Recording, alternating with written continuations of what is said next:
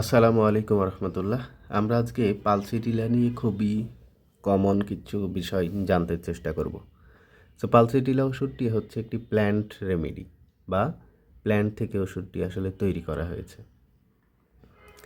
এর কার্যকারিতার যে অর্গানগুলো বা রিজিয়নগুলো, যে অর্গানগুলোতে সব থেকে বেশি কাজ করে, এর মধ্যে অন্যতম হচ্ছে মাইন্ড। মাইন্ড বলতে আমরা বুঝি যে আমাদের মেমোরি, মনে রাখার যে ব্যবস্থা, আমাদের শরীরের সমস্ত কিছু কার্যকারিতা, আমাদের ইমোশন, হ্যাঁ, আমাদের নার্ভাস সিস্টেম, আমাদের শরীরের যাবতীয় ফাংশন যে নিয়ন্ত্রণ করে, সেটি হচ্ছে মূলত মাইন্ড। এরপরে যে অর্গানটাতে বেশি কাজ করে সেটা হচ্ছে আমাদের ভেইন। ভেইন বলতেও আমরা বুঝি যে আমাদের ডিঅক্সিজেনেটেড ব্লাড বা বডি থেকে যে সমস্ত রক্তকে সংগ্রহ করে হার্টে পৌঁছে দেয়, এই যে পৌঁছে দেওয়ার কাজটা যে লাইনগুলো বা যে ভেইনগুলো করে থাকে, এগুলোকে আমরা বলে থাকি ভেইন। এই ভেইনের মধ্যে পালসিটিলা ওষুধটি অনেক ভালো কাজ করে। এরপরে কাজ করে হচ্ছে মিউকাস মেমব্রেনের মধ্যে। মিউকাস মেমব্রেনটা হচ্ছে আমাদের ইন্টারনাল অর্গানকে যে ঢেকে রাখে বা আমাদের ইন্টারনাল অর্গানের যে সারফেসটা বা তলানিটা, এটাকে আমরা বলি মিউকাস মেমব্রেন। যেমন আমাদের জিহ্বা বা আমাদের মুখ, স্টোমাক, বাওয়েলস বা পাকস্থলী, ফিমেল অর্গান বা মেল বা ফিমেল জেনিটারি ইউরিনারি অর্গানগুলোতে যে ভিতরের যে অবস্থানটা, এই অবস্থানগুলোকে আমরা বলি, এই অবস্থানগুলোতে মিউকাস মেমব্রেন আছে। সো এই সমস্ত জায়গাতে পালসিটিলা অনেক ভালো কাজ করে থাকে। রেসপাইরেশন বা আমাদের শ্বাস প্রশ্বাসের যে ব্যাপারটা, এই শ্বাস প্রশ্বাসের ব্যাপারগুলোতে পালসিটিলা অনেক ভালো কাজ করে। ওয়ান সাইডেড পালসিটিলার যে রোগাক্রমণ বা পালসিটিলার যে সমস্ত রোগে আক্রান্ত করে, এই সমস্ত জায়গাতে ম্যাক্সিমাম দেখা যায় যে এক সাইডে, বডির যে কোনো এক পাশে তারা আক্রান্ত করে থাকে। রাইট হার্ট এবং হার্টের রাইট পাশে এদের ভালো কাজ থাকে। এদের সমস্যাগুলো বাড়ে কখন? এদের সমস্যাগুলো বাড়ে মূলত গরমে, অর্থাৎ গরম বাতাস, গরম রুম, গরম কাপড়, গরম বিছানা, এই সমস্ত গরমে এদের প্রবলেমগুলো বাড়ে। তো আমরা দেখি যে যখন কোনো গরম আবহাওয়া থাকে বা বাতাস বাইরে বইছে বা কোনো ইঞ্জিনের গরম হাওয়া, এইগুলোতে তাদের প্রবলেমে বাড়ে। স্বাভাবিকভাবে বাইরের টেম্পারেচার এবং রুমের টেম্পারেচার তো এক থাকে না কখনো। রুমের টেম্পারেচার সবসময় বেশি থাকে। সো সে যখন ঘর থেকে বাইরে থেকে ঘরে আসছে, তখন তার সমস্যাগুলো বাড়ে। হয়তো স্কিন সমস্যা বাড়ছে বা অন্য আদার্স যে কোনো কাশি থেকে শুরু করে জ্বর, আদার্স যে কোনো সমস্যা তার বেড়ে যাচ্ছে। সে কমপ্লেন করছে যে ডাক্তার সাহেব, যখন আমি ঘরের মধ্যে যাচ্ছি তখন আমার সমস্যাগুলো বেড়ে যাচ্ছে।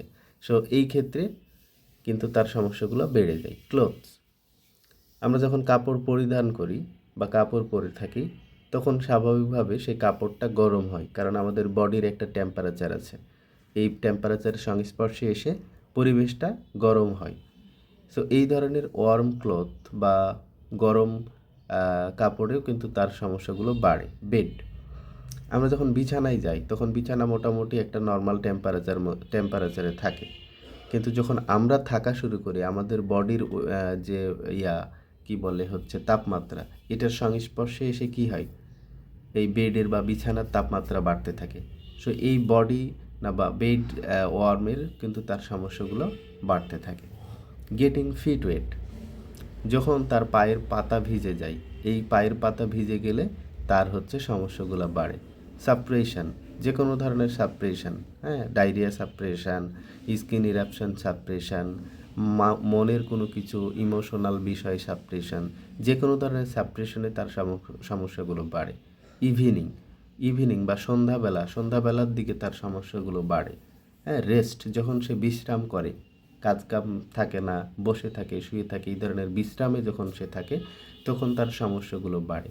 বিগিনিং মোশন, যখন সে চলাফেরা করতে শুরু করে, সে বসে আছে বা শুয়ে আছে, এরপরে সে উঠে কী করলো, হাঁটা শুরু করলো, এই যে বিগিনিং বা শুরু হওয়া, এই শুরু হওয়ার যে কোনো ধরনের গতিতে তার সমস্যাগুলো বাড়ে।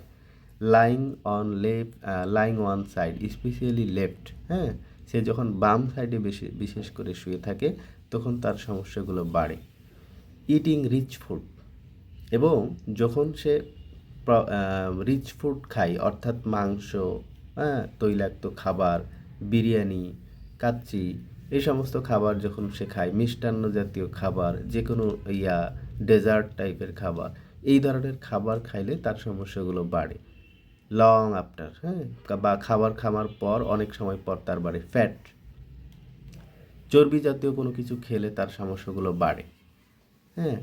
তারপরে হচ্ছে ইগস খেলেও তার সমস্যাগুলো বাড়ে। পিউবার্টিতে একটা মেয়ের বা একটা ছেলের যখন তার যৌবনের বিষয়গুলো শুরু হয়, সে যখন অ্যাডাল্টরি ভাব যখন তার মধ্যে আসে, এই এজটাকে আমরা বলি পিউবার্টি।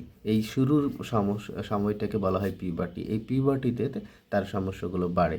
প্রেগনেন্সি, যখন কেউ প্রেগনেন্ট অবস্থায় থাকে কোনো মহিলা, তখন তার সমস্যাগুলো বেশি দেখা যায়। বিফোর মেন্সেস, অর্থাৎ মাসিক শুরু হবার আগে তার সমস্যাগুলো বাড়ে।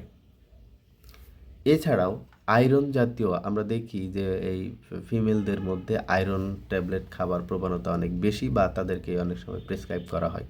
সো এই ধরনের আয়রন জাতীয় মেডিসিন যখন তাদেরকে প্রেসক্রাইব করা হয়, বা কুইনাইন জাতীয় মেডিসিন যখন তাদের জন্য প্রেসক্রাইব করা হয়, তখন তাদের সমস্যাগুলো বাড়তে থাকে। বেটার বা উপশম হয় কখন?